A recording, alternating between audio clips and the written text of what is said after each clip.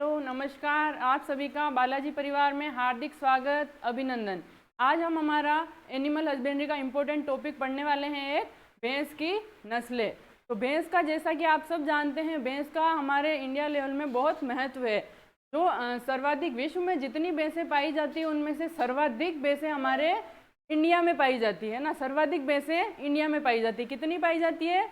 50, लगभग 57%, यानी कि आधी से भी अधिक भैंसें हमारे यहाँ पे पाई जाती है। और जब हम इंडिया लेवल की बात करें तो जो टोटल दुग्ध उत्पादन है उसके अंदर भी सबसे अधिक जो भी पशु है हमारे दुग्ध उत्पादन वाले, उनमें सबसे अधिक ये भैंस ही, इसी का कंट्रीब्यूशन है। कितना है? 54-55% तक भैंस का है। तो अगर आपसे पूछ ले कि भाई कौन से पशु का सबसे ज़्यादा महत्व है इकोनॉमी के हिसाब से दूध प्रोडक्शन में, तो किसका है? भैंस का।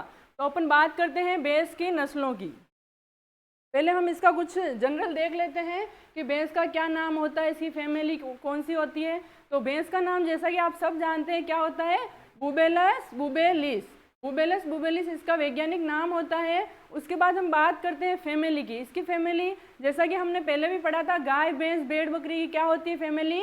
बोविडी। बोविडी फैमिली इसका कुल है वो बोविडी है। उसके बाद हम बात करते हैं क्रोमोजोम नंबर की। तो क्रोमोजोम नंबर हमने 2 पढ़े थे हमने, इसमें 50 और 48। अब 50 है वो किसके हैं? जलीय के, है ना। 2 तरह की भैंसें होती हैं, उनमें जो जलीय है उसके 50 होते हैं, जबकि जो दलदली भैंस होती है, स्वाम्प बफेलो जिसको हम बोलते हैं, दलदली भैंस, या इसी को इंग्लिश में हम स्वाम्प बफेलो बोलते हैं ना, स्वाम्प बफेलो।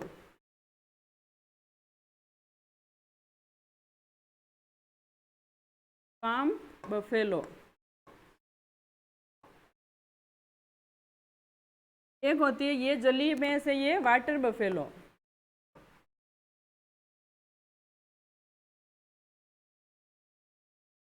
एक चीज हमने देखी थी, भैंसों में एक क्रिया पाई जाती है, भैंसें क्या करती है? पानी में तैरती है। तो इसको हमने क्या बोला था? क्या बोलते हैं? वेलोइंग बोलते हैं ना। भैंसें जो पानी में तैरती है, जनरली जलीय भैंसें, और ये जो भैंसें है वो पानी में तैरना पसंद करती है ना, कीचड़ में और पानी में रहना पसंद करती है। अब ये कीचड़ और पानी में रहना क्यों पसंद करती है? क्योंकि इनमें जो है पसीना बनाने वाली ग्रंथियां वो नहीं पाई जाती, इसकी वजह से ये इनको गर्मी अधिक लगती है, ये गर्मी सहन कम कर पाती है, तो पानी में रहना ज़्यादा पसंद करती है ना। और अगर मतलब पानी में तैरती है तो इससे जो इनके शरीर पे कुछ भी कीटाणु वगैरह जो चिपके हैं वो भी साफ हो जाते हैं। नेक्स्ट हम बात करते हैं, जैसे हमने बात की सर्वाधिक भैंसें पाई जाती है, तो कितनी? विश्व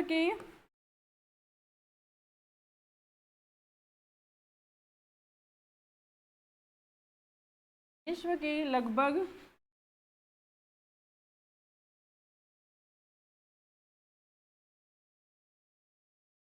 आप नोट करते जाए चाहे तो साथ में, विश्व की लगभग 57% भैंसें भारत में पाई जाती है ना।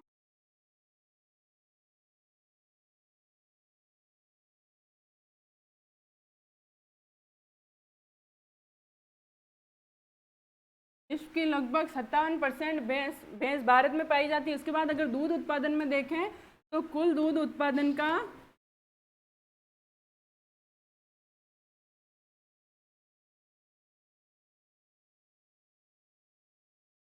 ना 54 या 55 कह सकते हैं आप, लगभग आधे से भी अधिक, है ना, 50% से भी अधिक, यानी कुल दूध उत्पादन में 54% जो है भैंस का योगदान है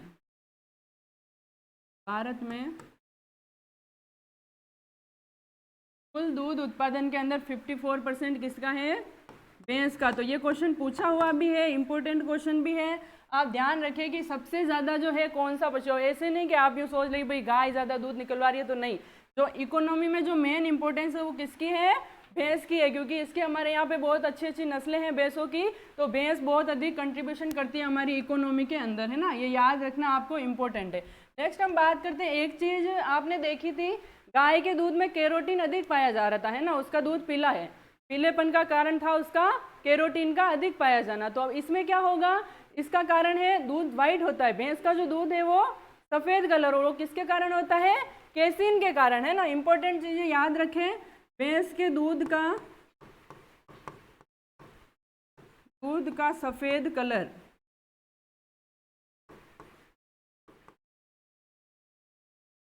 सफेद रंग किसके कारण होता है? केसीन के कारण।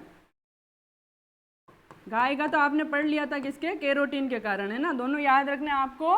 भैंस के दूध का सफेद रंग होता है वो केसीन के कारण होता है। हमने क्या देखा? वैज्ञानिक नाम आप सबको अब याद है, बुबेलस बुबेलिस। उसके बाद इसका कुल होता है बोविडी, हम पहले भी पढ़ चुके हैं ये चीज़ें, है ना।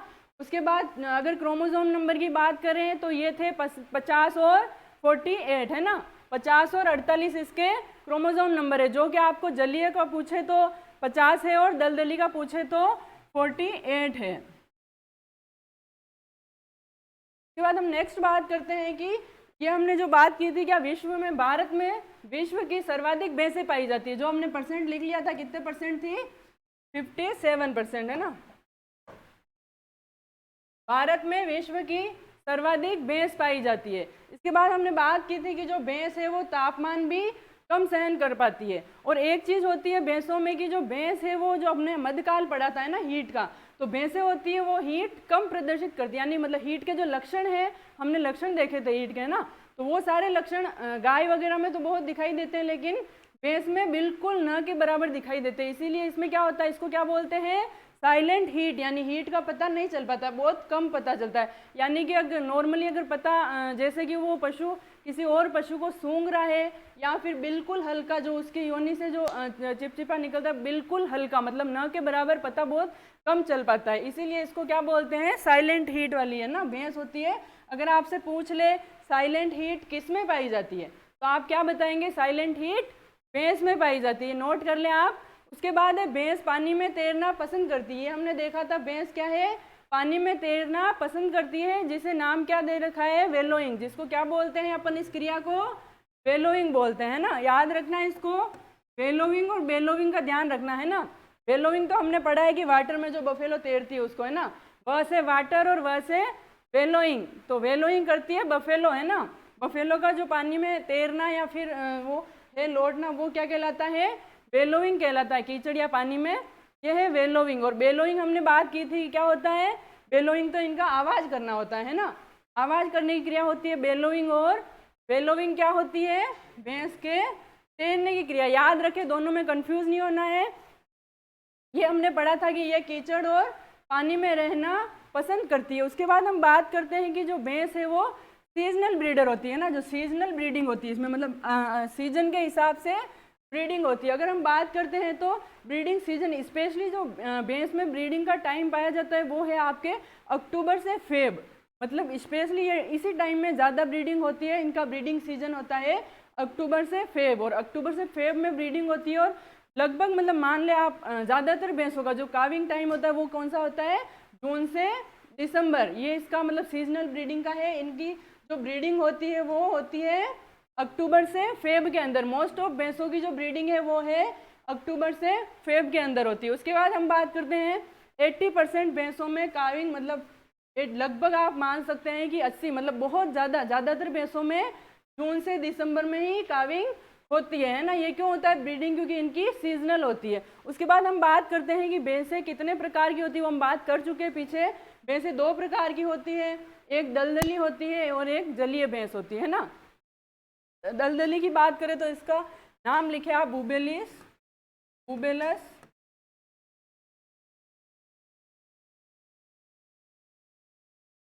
कार्बोनेंसिस, है ना।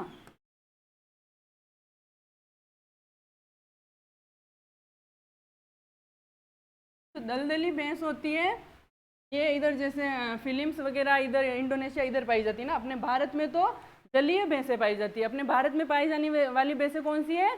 जलीय भैंसें, बुबेलस बुबेलिस, है ना। और इसका नाम होता है, जो स्वाम बफेलो होती है, इसका नाम होता है बुबेलस कार्बोनेंसिस। और जैसे इसका जो वो अपने मांस होता है उसको क्या बोलते हैं? किसी को पता हो तो बताएं, क्या बोलते हैं? केरा बीफ, है ना। केरा बीफ इसके मांस को बोला जाता है। मांस क्या कहलाता है? केरा बीफ। जबकि भैंस का मांस क्या कहलाता है?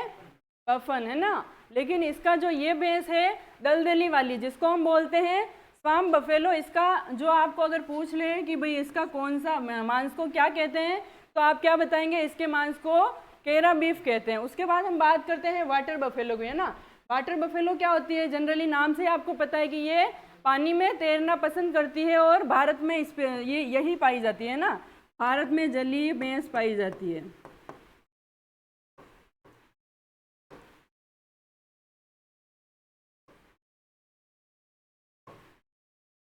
ये भैंस जो भारत में अपने पाई जाने वाली भैंस है वो जलीय भैंसें होती है ना, और ये जो है वो कम गर्मी सहन कर सकती है। इस प्रकार आप देख सकते हैं, ये ऊपर इस डायग्राम में देखें, ये है आपके दलदली भैंस इस प्रकार से, और ये अपने वाटर बफेलो है ना। नोट कर ले आप इसको, चाहे तो किया नोट, आगे चले। नेक्स्ट हम देखते हैं भैंस की महत्वपूर्ण नस्लें। जो हमारा टॉपिक है भैंस की नस्लें, वो है अलग अलग प्रकार से, अलग अलग एरिया के हिसाब से है। जैसे हम बात करते हैं उत्तर भारत की, तो उत्तर भारत में नीली रावी है, मुर्रा है, कुंडी है, गोदावरी है, ये नस्लें कहाँ पाई जाती है? उत्तर भारत में। उत्तर भारत की नस्लें हैं मुर्रा, कुंडी, गोदावरी और नीली रावी, ये है अपने उत्तर भारत की नस्लें। मुर्रा, नीली रावी, कुंडी और गोदावरी। हम इनका जो इम्पोर्टेंट है नस्लें उनका डिटेल में पढ़ेंगे, बाकी आपको नाम याद रखने। उसके बाद हम बात करते हैं गुजरात की। तो गुजरात में एक तो सूरती जो है, सूरत के नाम से आपको याद हो जाएगी है ना, सूरती, जाफराबादी और महसाना, ये जो नस्लें हैं कहाँ की है? गुजरात में पाई जाती है ना। गुजरात की नस्लें हैं आपकी सूरती, जाफराबादी और महसाना। उसके बाद हम बात करते हैं उत्तर प्रदेश। उत्तर प्रदेश में कौन कौन सी पाई जाती है? स्पेशली भदावरी और तराई, दो नस्लें हैं वहाँ पे, भदावरी और तराई, जिसमें से भदावरी है उसकी ज़्यादा इंपॉर्टेंस है अपने पढ़ने के हिसाब से, और नाम आपको दोनों याद रखने हैं। उसके बाद हम बात करते हैं मध्य भारत में। मध्य भारत में कौन सी है? नागपुरी और जेरांगी। नागपुरी और जेरांगी दो नस्लें हैं आपकी मध्य भारत की। और अगर हम दक्षिण भारत की बात करें तो कौन सी है? टोडा। ये कभी कभी टोडा पूछ लेते हैं आपसे, दक्षिण भारत में कौन सी नस्ल है? टोडा। तो हमने बात की उत्तर भारत में, आप नोट कर ले इसको। उत्तर भारत में है मुर्रा, नीली रावी, कुंडी और गोदावरी। उसके बाद हमने बात की गुजरात की। गुजरात की है सूरती, जाफराबादी और महसाना। उसके बाद हमने बात की उत्तर प्रदेश में कौन कौन सी है? भदावरी और तराई, है ना। इनके नाम आपको याद रखने एरिया वाइज। उसके बाद हमने बात की मध्य भारत में। मध्य भारत में आपकी है नागपुरी और जेरांगी, है ना। और दक्षिण भारत की कौन सी है? टोडा। स्पेशली इंपॉर्टेंट वहाँ की एक ही ब्रीड है टोडा, दक्षिण भारत की, है ना। कभी कभी पूछ लिया जाता है, ध्यान में रखे इस चीज़ को, नोट कर लिया। अब हम बात करेंगे जो हमारी फर्स्ट इम्पोर्टेंट नस्ल कह सकते हैं, जिसको सबसे अच्छी मानी जाती है, जिसका अपने विश्व में अगर सबसे अधिक दूध उत्पादन वाली बात करें भैंस की, तो कौन सी होती है? मुर्रा होती है। ये हमारी बहुत इंपॉर्टेंट नस्ल है, तो आपने देखा हुआ भी होगा बहुत लोगों ने। इसके बारे में हम बात करते हैं। मुर्रा का उत्पत्ति स्थान कहाँ पे है? पंजाब, हरियाणा। पंजाब और हरियाणा को इसका उत्पत्ति स्थान माना जाता है ना। मुर्रा का उत्पत्ति स्थान पंजाब और हरियाणा को माना जाता है। उसके बाद हम बात करते हैं कि मुर्रा की विशेषताएं क्या क्या है। मुर्रा का क्या होता है? जैसे कि आप देख सकते हैं इसका कलर, मुर्रा का कलर है वो बिल्कुल जेट ब्लैक कलर होता है, यानी बिल्कुल ब्लैक कलर जिसको कहते हैं स्पेशली जेट ब्लैक कलर, है ना। ये पूछा जाता है आपसे, जेट ब्लैक कलर, है ना। ये इंपॉर्टेंट चीज़ है। अगर आपसे पूछे जेट ब्लैक कलर वाली कौन सी नस्ल है बफेलो की, तो आप क्या बताएंगे? मुर्रा है। मुर्रा की ही जेट ब्लैक कलर की होती है। और एक इसके सींग भी स्पेशल होते हैं। सींग के बारे में, सींग होते हैं इसके, आपने कभी देखे हो तो जलेबी के आकार के, बिल्कुल घूमे हुए सींग इसके होते हैं। तो सींग भी इसकी स्पेशल विशेषता है। इसके सींग कैसे होते हैं? जलेबी के आकार के। ये भी आपको याद रखना है। जलेबी का नाम सुन के मुंह में पानी तो नहीं आया? जलेबी के आकार के, है ना। जलेबी के आकार के सींग है। अभी अपन सींग की बात कर रहे हैं ना। जलेबी के आकार के सींग किस में पाए जाते हैं? मुर्रा में। और मुर्रा में आप देख सकते हैं, ये है ना, ये जैसे दिखाई दे रही है, ये बिल्कुल इसका एक आप कलर देखें, बिल्कुल ब्लैक कलर होता है, जेट ब्लैक कलर जिसको कहते हैं। उसके बाद इसके सींग की बात करें तो बिल्कुल घूमे हुए होते हैं, जलेबी के आकार के। और जो इसकी त्वचा होती है वो बिल्कुल पतली होती है और इस पे बाल कम पाए जाते हैं। जो इसकी त्वचा है उस पर मुलायम त्वचा पे कम बाल पाए जाते हैं। उसके बाद हम बात करें इसके जो मुंह पे, पूंछ पे, पैर पे, ये क्या सुनहरे बाल जो आपको दिखाई दे रहे हैं ना, ये सुनहरे सुनहरे बाल जो दिखाई दे रहे पिक में, इस तरीके से मुंह पे, पैर पे और पूंछ पे बाल पाए जाते हैं। अब हम इसकी बात करें, ये आपको जो दिखाई दे रहा है ये क्या है? किसी को पता है ये इसके बारे में? युवराज, है ना। इसी का मुर्रा का नर है, ये नर भैंस है ना, नर है ये, इसका नाम क्या है? युवराज। युवराज क्या है? जो मुर्रा बफेलो है उसी का नर है, और इसकी बहुत ज्यादा कीमत आंकी गई थी, कितनी? 9 करोड़। 9 करोड़ कीमत इसकी आंकी गई थी, इसीलिए इसका फोटो लगाया मैंने आपके लिए। इसका नर है, आपको नाम ध्यान रखना है। इसका नाम क्या है नर का? युवराज। अगर आपसे युवराज के बारे में पूछ ले तो आपको पता होना चाहिए कि ये किसका था? मुर्रा का है ना, मुर्रा का नर है, उसी का नाम है युवराज। और नेक्स्ट हमने बात की इसके सिर, पैर, पूंछ पर सुनहरे बाल पाए जाते हैं ना। ये हमने बात की थी कि जो ये है इसके पूंछ पे, और मैंने आपको जैसे बता दिया था पीछे, कौन से सुनहरे बाल पाए जाते हैं? सिर, पैर और पूंछ के ऊपर थोड़े थोड़े सुनहरे बाल पाए जाते हैं। उसके बाद हमने इसकी त्वचा की बात की थी। त्वचा कैसी होती है? पतली, मुलायम और चिकनी होती है, जिस पर कम बाल पाए जाते हैं ना।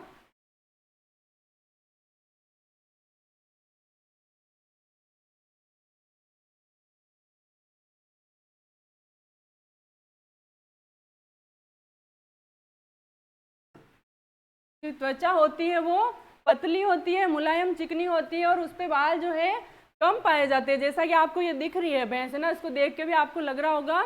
उसके बाद हम बात करते हैं कि ये कहाँ पाई जाती है। तो ये ज़्यादातर जो मुर्रा है हमारे राजस्थान में अजमेर क्षेत्र में पाई जाती है ना। राजस्थान की अगर हम बात करें, सर्वोत्तम पशु तो रोहतक हरियाणा में थे, लेकिन अगर राजस्थान की बात की जाए तो अजमेर के अंदर पाए जाते हैं। ये पशु कहाँ पाए जाते हैं?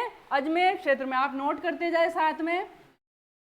उसके बाद देखो, भैंस की सबसे महत्वपूर्ण नस्ल है जो अधिक दूध देती है ना। ये आपको मैंने अभी बताया था कि ये विश्व में सबसे अधिक दूध देने वाली भैंस की नस्ल है। ये बहुत इंपॉर्टेंट है कि अगर आपसे पूछे सबसे अधिक दूध कौन सी भैंस देती है तो कौन सी बताना है? मुर्रा बताना है। मुर्रा बहुत इंपॉर्टेंट है, ये सबसे अधिक दूध देती है। विश्व के लेवल पे बात करें तो मुर्रा ही देती है। ये घी और दूध दोनों के लिए उत्तम होती है, क्योंकि इसमें वसा भी अच्छी पाई जाती है। तो अगर दूध हम बात करें तो कितना होता है? 1500 से 2500 लीटर, जिसका हम अगर एवरेज माने तो आपको दिया हुआ मिलेगा कहीं कहीं 2000 है ना। तो आप औसत इन दोनों का औसत निकाले। कभी कभी मान लो आपको 1500 से 2500 पूरा नहीं दे रखा हो तो लगभग 2000 मान सकते हैं आप इसको, है ना, 2000 लीटर। यहाँ तो आपको ऑप्शन में मिलेगा 1500 से 2500 या फिर 2000 भी मिल सकता है। तो आप कंफ्यूज ना हो, ऑप्शन देख के सही आंसर को टिक करें। इसका जो औसत दूध उत्पादन है वो कितना है? 1500 से 2500 लीटर, जिसको हम 2000 लीटर भी लिख सकते हैं ना। तो इसकी हम बात करते हैं वसा की, तो वसा कितनी होती है? 7% है ना। इसमें जो मुर्रा के दूध में वसा होती है वो 7% पाई जाती है।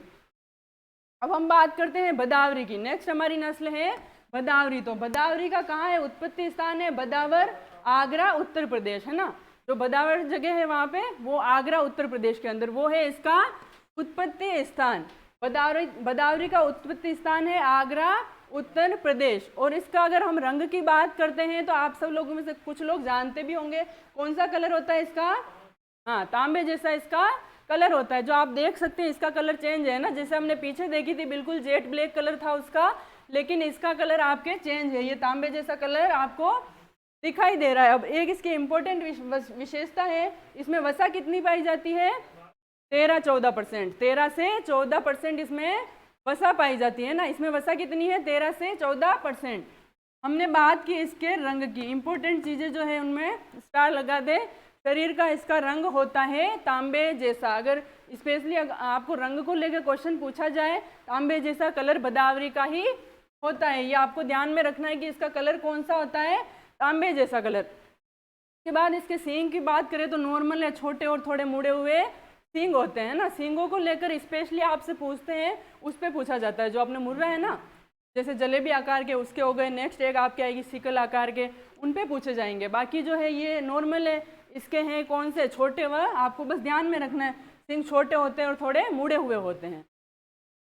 बदावरी के बारे में देखो, एक तो उत्पत्ति ध्यान में रखनी है आपको, आगरा उत्तर प्रदेश इसकी उत्पत्ति है, बदावर क्षेत्र है ना। और इसका ये याद रखना है, कलर रंग तांबे जैसा होता है और इसके सींग छोटे, और ये नॉर्मल चीज़ है ना। उसके बाद हम बात करते हैं इसका शरीर। शरीर क्या होता है कि आगे से थोड़ा पतला और पीछे से चौड़ा। ये देखें आप, आगे से इसका शरीर होता है वो पतला होता है और पीछे से चौड़ा होता है, जिसको हम तिकोना शरीर मान सकते हैं।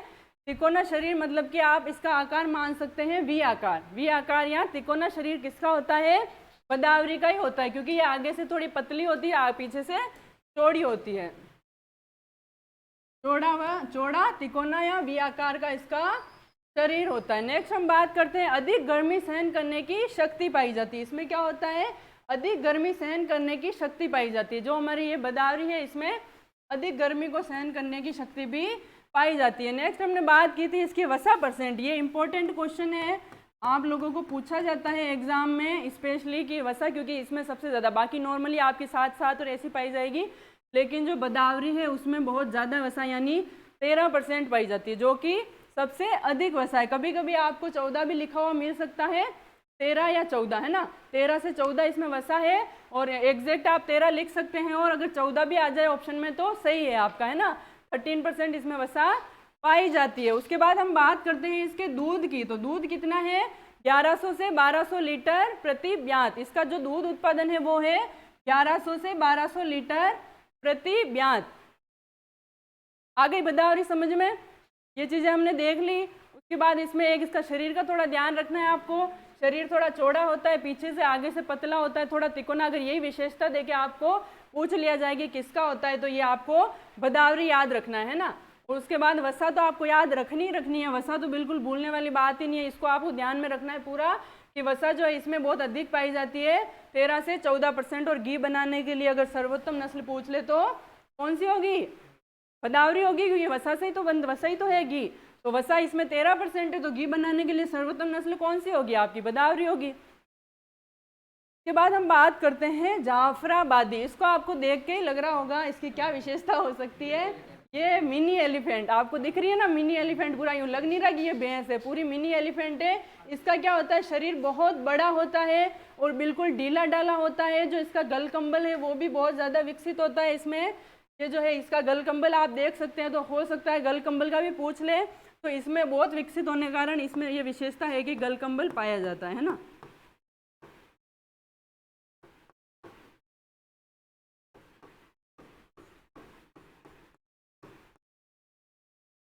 गल कंबल पाया जाता है इसके अंदर। इसका गल कंबल बहुत विकसित होता है और इसका शरीर इस तरीके से बहुत बड़ा शरीर होता है। और इसके जो अगर आप सींग देखें, बहुत बड़ा शरीर होने के कारण इसका नाम क्या दिया है, इसका नाम दिया है मिनी एलिफेंट। इसको मिनी एलिफेंट भी बोला जाता है क्योंकि इसकी है दिखने में ये एलिफेंट जैसी है ना।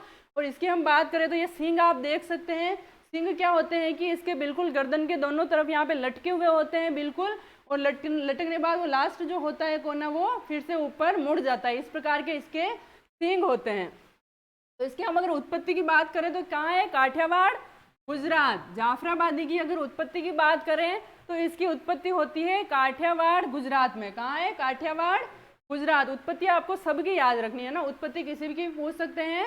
इसके बाद शरीर की बात करें तो भारी भरकम शरीर आपको दिख रहा है। इसमें शरीर इसका सबसे भारी होता है, लंबा भी होता है, ढीला ढाला शरीर होता है, और इसी कारण इसको क्या बोलते हैं, मिनी एलिफेंट। इंपॉर्टेंट है बहुत, जाफराबादी को क्या बोलते हैं, मिनी एलिफेंट बोला जाता है क्योंकि इसका शरीर इसी प्रकार का बना हुआ होता है। सबसे भारी पूछ ले आपसे, ये भी इंपॉर्टेंट है। कोई मतलब ये क्वेश्चन पूछा जाए कि भाई सबसे भारी नस्ल कौन सी है, भैंस की सबसे भारी नस्ल कौन सी है, तो वो कौन सी है, जाफराबादी। इसके बाद हमने सींग की बात की। सींग गर्दन के दोनों ओर नीचे लटक कर अंतिम सिरे से मुड़ जाते हैं। जो इसके सींग है वो मैंने आपको बताया, दिख भी रहे हैं, इसमें बिल्कुल वहाँ चिपक के लटके हुए रहते हैं और उसके बाद वो ऊपर मुड़ जाते हैं। इसके सींग इस प्रकार से होते हैं और इसमें गलकंबल पाया जाता है। गलकंबल बहुत अधिक विकसित होने के कारण अगर विशेषता में बात करें तो इसकी विशेषता है ये गलकंबल पाया जाता है इसमें। नोट कर लिया, चलिए आगे। इसका देखें आप, ये विशेषता भी है इसकी, कम ब्यात में ये ज्यादा दूध उत्पादन देती है ना। कम ब्यात में सर्वाधिक दूध उत्पादन। अब ये ध्यान में रखना है, सर्वाधिक दूध उत्पादन नहीं है, ये कम ब्यात में सर्वाधिक दूध उत्पादन, यानी कम टाइम दूध देती है लेकिन दूध अधिक देती है। इसका बस ये है कि ऐसे याद, इसको आधा ही याद नहीं रखे आप, है ना। आधा रखोगे तो सब अर्थ का अनर्थ कर दोगे, मुर्रा की जगह आप लिख दोगे इसका नाम, है ना। तो ये नहीं है। और है ना, ये इसमें जो है कम ब्यात में, आपको समझ में आ गया, कम ब्यात मीन्स सिर्फ 7 महीने में ये 1400 लीटर दूध देती है ना। तो ये इसका हो गया कि ये कम ब्यात में सर्वाधिक दूध उत्पादन देती है। कम ब्यात में सर्वाधिक दूध उत्पादन वाली अगर आपको पूछ ले तो कौन सी है, जाफराबादी, है ना। इसके बाद हम बात करते हैं इसकी वसा की। तो वसा भी आपको याद रखनी है। इसमें वसा कितनी होती है? 8% वसा पाई जाती है इसमें, है ना। शरीर भी भारी भरकम है, सब कुछ है, और इसमें दूध भी कम ब्यात में ये अधिक दे रही है, और वसा भी इसमें थोड़ी अधिक पाई जाती है। और शरीर के हिसाब से आपको अगर पूछ ले कि अधिक खाने की कैपेसिटी कौन सी भैंस की होती है, तो सब बता सकते हो आप। मिनी एलिफेंट है तो अब इसकी कैपेसिटी तो खाने की ज़्यादा ही होगी, है ना, खाने की क्षमता भी इसकी ज़्यादा होती है।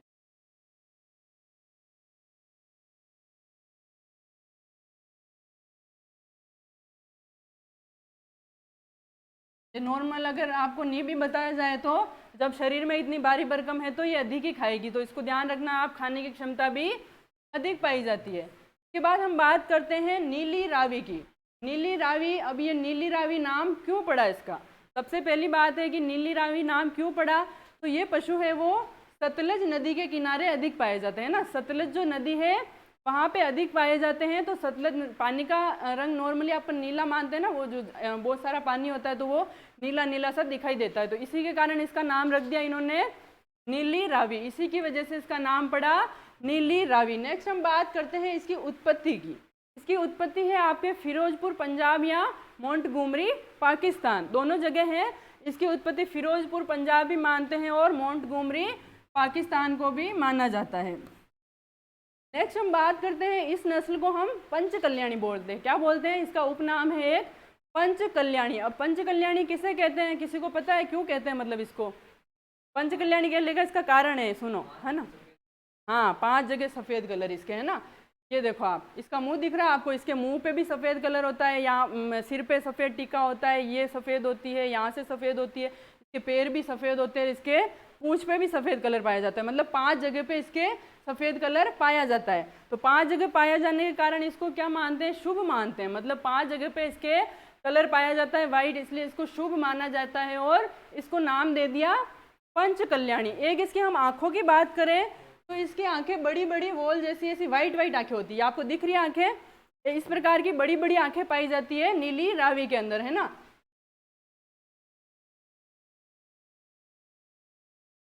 यह नस्ल शहरी क्षेत्रों में पालने के लिए उपयुक्त नस्ल मानी जाती है। अगर आपको शहरी क्षेत्रों के लिए पूछ ले तो शहरी क्षेत्रों में नॉर्मली इसको पाला जाता है। इसके बाद हमने बात की इसकी आंखों के बारे में। इसकी आंखें कैसी होती है? बड़ी बड़ी आंखें और सफ़ेद आंखें, जिस प्रकार इसमें आपको स्पष्ट दिखाई दे रही है। जो ये चित्र है इसमें, ये देखो, इसकी आंखें आपको दिख रही है, बिल्कुल चमक रही है ना, एकदम जैसे बिल्ली की तरह, यूँ बड़ी बड़ी और वाइट आंखें। तो ये इसकी मेन विशेषता है। इसको मतलब कई बार एग्जाम में पूछा भी जाता है कि भाई ये जो बड़ी बड़ी आंखें होती है इसको क्या कहते हैं? वोल आई बोलते हैं इसको, है ना। इन आंखों को क्या बोला जाता है? वोल आइज बोलते हैं। क्यों? और वोल आइज किसकी होती है, मतलब किसके लिए तो पूछा जाए तो आपको नीली रावी बताना है इसका आंसर, है ना। उसके बाद हम बात करते हैं इसके सर्वाधिक पशु, जो हम बात कर चुके, कहाँ पाए जाते हैं? सतलज नदी के किनारे। और हमने बात की इसके माथे पे वाइट टीका पाया जाता है। ये पूछ लेते हैं आपसे कई बार, है ना, किस नस्ल की? वो तो ठीक है, हमने पंचकल्याणी के हिसाब से 5 जगह पे वाइट है वो याद कर लिया। उसके बाद आपको ये चीज़ ध्यान रखनी है कि किस भैंस के माथे पे सफ़ेद टीका पाया जाता है। तो सफ़ेद टीका किस नस्ल के है? नीली रावी के। नस्ल तो है नीली रावी, यानी नीली से स्टार्ट हो रही, लेकिन उसके सिर पे वाइट टीका पाया जाता है ना, सफ़ेद टीका पाया जाता है। हम वापस पीछे से इसको देख लेते हैं एक बार, आप नोट भी कर लीजिए चाहे तो। नीली रावी है, इसमें हमने क्या क्या पढ़ा था? इसका उत्पत्ति स्थान है वो फिरोजपुर पंजाब या मोंटगोमरी पाकिस्तान है। और इसका जो और नाम है वो पंचकल्याणी है। क्या नाम है? ये इम्पोर्टेंट है, पूछा जाता है। पंचकल्याणी कौन सी भैंस को बोलते हैं? तो नीली रावी को बोला जाता है। उसके बाद हमने देखा ये शहरी क्षेत्रों के लिए उपयुक्त होती है। इसकी जो आंखें हैं वो बड़ी बड़ी होती है, सफ़ेद होती है, इसलिए उनको क्या बोला जाता है? वोल आई बोला जाता है। वोल आई से याद रखना आपको, वोल आई, है ना। हिंदी में भी लिखना चाहे तो इस प्रकार वोल आई, वोल आइज होती है इसकी, है ना। वोल आइज होती है कि आंखें हैं उनको वोल आइज बोला जाता है। उसके बाद जो सर्वाधिक पशु है वो हम पढ़ चुके हैं, कहाँ? सतलज नदी के किनारे पाए जाते हैं। इसी कारण इसका रंग मतलब नाम क्या रखा गया है? नीली रावी रखा गया है। यह दूध उत्पादन में भारत में मुर्रा के बाद सबसे अच्छी नस्ल है ना। जो मुर्रा को हमने पढ़ा था कि भाई मुर्रा है वो सबसे अधिक दूध देती है ना। मुर्रा का दूध उत्पादन तो सबसे अधिक था, कितना था? 1500 से 2500 लीटर प्रति ब्यात देती थी, या एवरेज माने 2000 देती है। लेकिन जो ये वाली नस्ल है हमारी नीली रावी, उसका दूध उत्पादन भी अच्छा है। और मुर्रा के बाद अगर आप सेकंड नाम अगर आपसे पूछे तो आप नीली रावी ही बताएंगे। अगर सेकंड ऑप्शन आता है आपको मुर्रा के बाद का ऑप्शन है तो क्या है, इसका जो दूध उत्पादन है वो मुर्रा के बाद सेकंड नंबर पे यही आती है। और कितना है, 1700 लीटर प्रति ब्यात। और शरीर का रंग बात करें तो काला या भूरा हो सकता है इसका ना, काला या भूरा होता है इसका शरीर। तो स्पेशल विशेषताएं 2-3 आपको मैंने बताई वो ज़्यादा है, ये काला भूरा इतना तो कोई नहीं पूछता है, लेकिन जो स्पेशल जो पॉइंट्स थे जो मैंने आपको बता दिए वो सारे इसके बारे में याद रखने हैं, है ना। इसके बाद हम बात करते हैं मेहसाना की। मेहसाना की बात करें तो मेहसाना मुर्रा और सूरती के क्रॉस से बनी हुई। किसके क्रॉस से बनी हुई है, मुर्रा और सूरती का क्रॉस है मेहसाना। अब ये पाई का मतलब उत्पत्ति कहाँ पे है, इसकी उत्पत्ति स्थान इसका माना जाता है मेहसाना बड़ौदा गुजरात, है ना। मेहसाना बड़ौदा गुजरात जो कहाँ पे है, गुजरात में, बड़ौदा गुजरात। आपको यही लिखा हुआ मिल सकता है, सिर्फ बड़ौदा गुजरात, है ना। मेहसाना नहीं लिखा हुआ मिले, सिर्फ बड़ौदा गुजरात लिखा हुआ मिलेगा तो आपको ये सही करना है, मेहसाना कहाँ पे है, बड़ौदा गुजरात। उसके बाद हम बात करते हैं इसकी एक स्पेशल चीज़ है, इसका जो दूध का जो काल होता है, लैक्टेशन पीरियड जिसको बोलते हैं, वो लंबा होता है ना। कितना होता है, लगभग इसका होता है 325 दिन, है ना। जो हमने मुर्रा नीली रावी ये पढ़े थे उनका कम था, मुर्रा का लगभग 300 ही होता है, जबकि नीली रावी का 320 तक हो सकता है। और जो मेहसाना है इसका दूध काल सबसे लंबा है। कितना है ये पूछ सकते हैं आपसे, क्योंकि इसका सबसे लंबा है। बाकी का इतना नहीं पूछते क्योंकि उनका मतलब पूछते भी नहीं है, जिसका सबसे लंबा होगा उसका पूछेंगे आपसे, है ना। अगर पूछे भाई इसका मेहसाना का दूध काल कितना है तो आपको पता है कि इसका सर्वाधिक होता है, सबसे लंबा होता है तो कितना होता है, 325। ये याद रखने वाली चीज़ है इसकी। के बाद इसका ये आप याद रखें, मुर्रा है तो MMS, है ना। तो इसको आप शॉर्ट में साथ में कर ले तीनों को, MMS को याद रखना है। MMS यानी मेहसाना मुर्रा सूरती। मेहसाना वो है, MMS तो है लेकिन आपको मेहसाना आगे याद रखना है ना, उल्टा मत कर देना कि मेहसाना पीछे चली गई और मुर्रा आगे आ गई, क्योंकि है तो दोनों MM। तो इस तरीके से तो करना नहीं है आपको। और एक चीज़ थोड़ा बहुत तो दिमाग में याद रखना है ना, उससे आगे की चीज़ आ जाती है। तो मेहसाना तो आपको ध्यान में रखना है, मेहसाना की ट्रिक है MMS,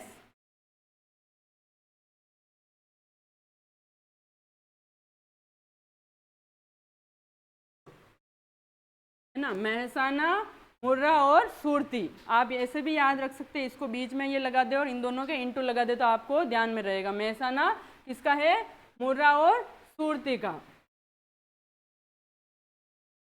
नेक्स्ट हम बात करते हैं सूरती की।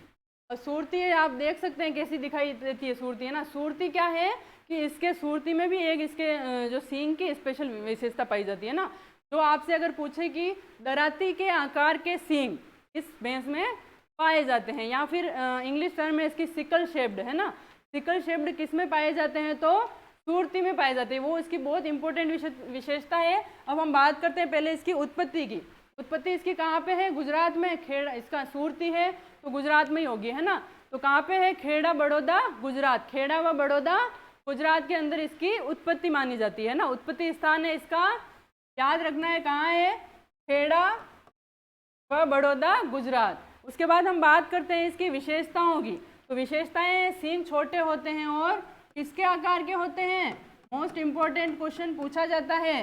इसके सींग होते हैं दराती या सिकल शेप्ड। कई बार आपको सिर्फ सिकल शेप्ड लिखा हुआ मिल सकता है, इसलिए आप दोनों याद रखें, है ना। ये दिख रहे हैं ना आपको दराती जैसे इसके सींग, देखो ये सींग दराती जैसे ही तो दिख रहे हैं इसके, ये है ना, क्यों घूमे हुए। दराती कैसे घूमी हुई होती है, उसी प्रकार के इसके सींग भी घूमे हुए हैं, तो दराती के जैसे इसके सींग पाए जाते हैं। उसके बाद हम बात करते हैं सबसे हल्के भार वाली नस्ल, जो हमने एक पढ़ी थी सबसे भारी नस्ल, है ना, जाफराबादी वो थी सबसे भारी नस्ल। उसके बाद हम बात करें अगर हल्की नस्ल की, कभी कभी पूछ लेते हैं, ज़्यादातर पूछते हैं भारी नस्ल, लेकिन कभी कभी चेंज भी कर देते हैं क्वेश्चन, तो हल्के भार वाली भी पूछ ली जाती है। वैसे बहुत कम पूछा जाता है लेकिन पूछ सकते हैं, कुछ भी पूछ सकते हैं एग्जाम में, तो इसलिए इसको भी पूछा जा सकता है कि हल्के बार वाली नस्ल कौन सी है, भैंस की हल्के सबसे हल्के बार वाली नस्ल कौन सी है, तो आप क्या बताएंगे, सूरती। सूरती नस्ल है वो सबसे कम बार वाली है, और इसके पाँव है वो नाव के आकार के पाए जाते हैं ना। इतना ये नहीं पूछते हैं वैसे, लेकिन थोड़ा जनरल ध्यान में रखना है कि सूरती के जो पैर है वो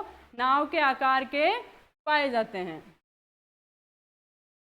ये कहाँ पाई जाती है सुरती? हमारे राजस्थान में डूंगरपुर और बांसवाड़ा में, मेनली इस एरिया में पाई जाती है। नॉर्मली तो पाई जाती है सब जगह, लेकिन मेनली अगर आपसे पूछ लिया जाए एग्जाम में तो डूंगरपुर और बांसवाड़ा में जो है सुरती नस्ल पाई जाती है। सुरती नस्ल के बारे में क्या क्या याद रखना है आपको? इसका उत्पत्ति ध्यान में रखनी है, और मेन जो सबसे ज़्यादा पूछा जाने वाला क्वेश्चन इसका यही है, सिकल शेप्ड सबसे, और उसका मुर्रा का था आपने जलेबी आकार के, उसी प्रकार सुरती का है सिकल शेप्ड, और यही पूछा जाता है। इसके बाद ये हल्के बार वाली है, ये भी पूछ लिया गया, एक आध बार पूछा हुआ क्वेश्चन है, तो ये भी पूछ सकते हैं आपसे, तो याद रखें इसको, है ना। उसके बाद हम बात करते हैं टोडा की। टोडा है वो क्या है, कहाँ पे उत्पत्ति कहाँ है इसकी? तमिलनाडु या जो नीलगिरी हिल्स है वहाँ पे, नीलगिरी हिल्स में है टोडा की उत्पत्ति स्थान है, नीलगिरी हिल्स। यहाँ स्पेशली पूछे तो तमिलनाडु है ना, तमिलनाडु है इसका उत्पत्ति स्थान। अब इसका टोडा नाम है वो क्यों है टोडा नाम? इसको क्या, वहाँ पे एक टोडा जनजाति पाई जाती है, जो नीलगिरी हिल्स है तमिलनाडु, वहाँ पे टोडा जनजाति पाई जाती है, और वो टोडा जनजाति इस नस्ल को पालती है, इसी कारण इस नस्ल का नाम भी टोडा पड़ा हुआ है ना। और ये जो है जंगली जानवरों से, जैसे जंगली बाघ वगैरह होते हैं, उनसे भी ये भैंस जो है झुंड बनाकर मुकाबला कर लेती है। इस प्रकार की दिखाई देती है, आप देख सकते हैं, इसके सींग भी बहुत बड़े होते हैं, और ये आराम से जो जंगली जानवर है उनका मुकाबला कर सकती है। टोडा में आपको यही ध्यान रखना है, टोडा कहाँ पे है? तमिलनाडु नीलगिरी हिल्स में। और क्या ये टोडा जनजाति पालती है, इसको टोडा जनजाति द्वारा पाली जाती है स्पेशली। और अगर झुंड बना के आपसे पूछ लिया जाए कि मुकाबला कौन सी कर सकती है, हमने गाय में भी पढ़ा था, ये क्या पढ़ा था? नारी पढ़ी थी ना, हाँ, नारी मुकाबला कर सकती है। इसी प्रकार ये जो भैंस है, टोडा भैंस है, वो झुंड, अगर झुंड में हो तो बाघ से भी मुकाबला कर सकती है ना, बाघ से भी मुकाबला आसानी से कर लेती है।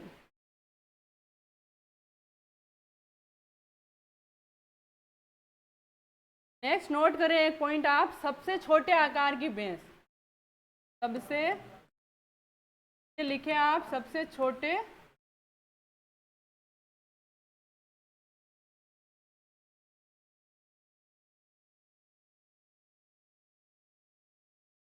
सबसे छोटे आकार की भैंस की नस्ल कौन सी है? है आपके जेरांगी,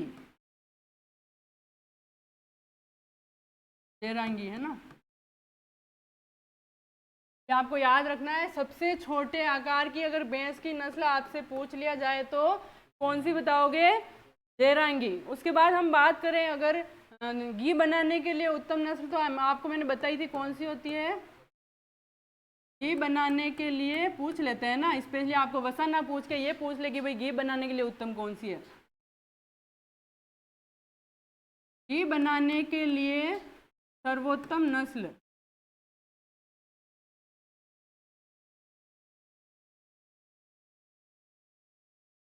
घी बनाने के लिए सर्वोत्तम नस्ल आपकी होती है बदावरी। में कितनी वसा पाई जाती है? 13%। कभी कभी 14 लिखा हुआ है तो कंफ्यूज नहीं है, 14 भी आ सकता है ना। उसके बाद 2-3 और नस्लें हैं, वो नाम लिख लें, सिर्फ आप उनके नाम अगर पूछ ले कि भाई ये किसकी नस्लें हैं तो बता देना, बाकी ज़्यादा इंपॉर्टेंट वो नहीं है, सिर्फ नाम लिख ले। एक है चिल्का, चिल्का मांडा, चिल्का मांडा और काला हांडी।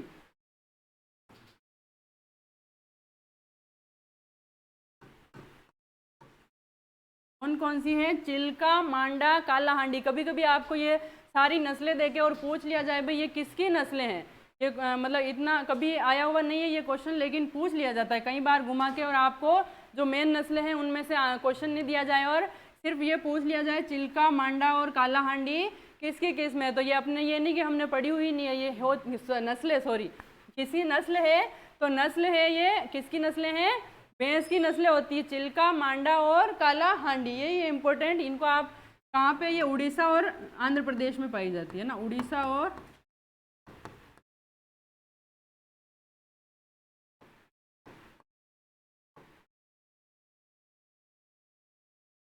और आंध्र प्रदेश में चिल्का, मांडा और काला हांडी भी पाई जाती है। उसके बाद हम बात करते हैं, एक पॉइंट है जो मुर्रा नस्ल है उसको ग्रेडिंग अप, एक ब्रीडिंग का सिस्टम होता है ग्रेडिंग अप।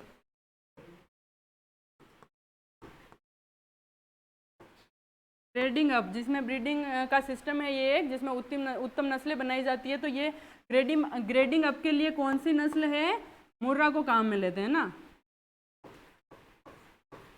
मुर्रा नस्ल।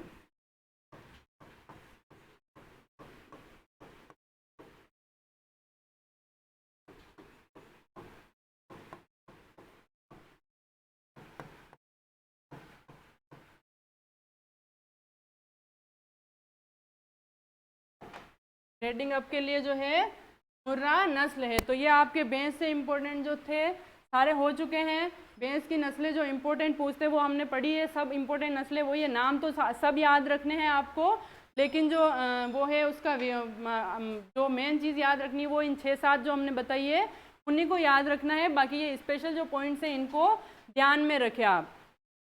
और एक है केंद्रीय भैंस अनुसंधान संस्थान, कहाँ पे है, हिसार हरियाणा है ना, ये ध्यान रखना है। केंद्रीय भैंस अनुसंधान संस्थान हिसार हरियाणा में है। ओके फ्रेंड्स, धन्यवाद आप सभी को बहुत बहुत। ये हमारा कंप्लीट हो चुका है। इसके बाद हम नेक्स्ट कल की क्लास में बात करते हैं।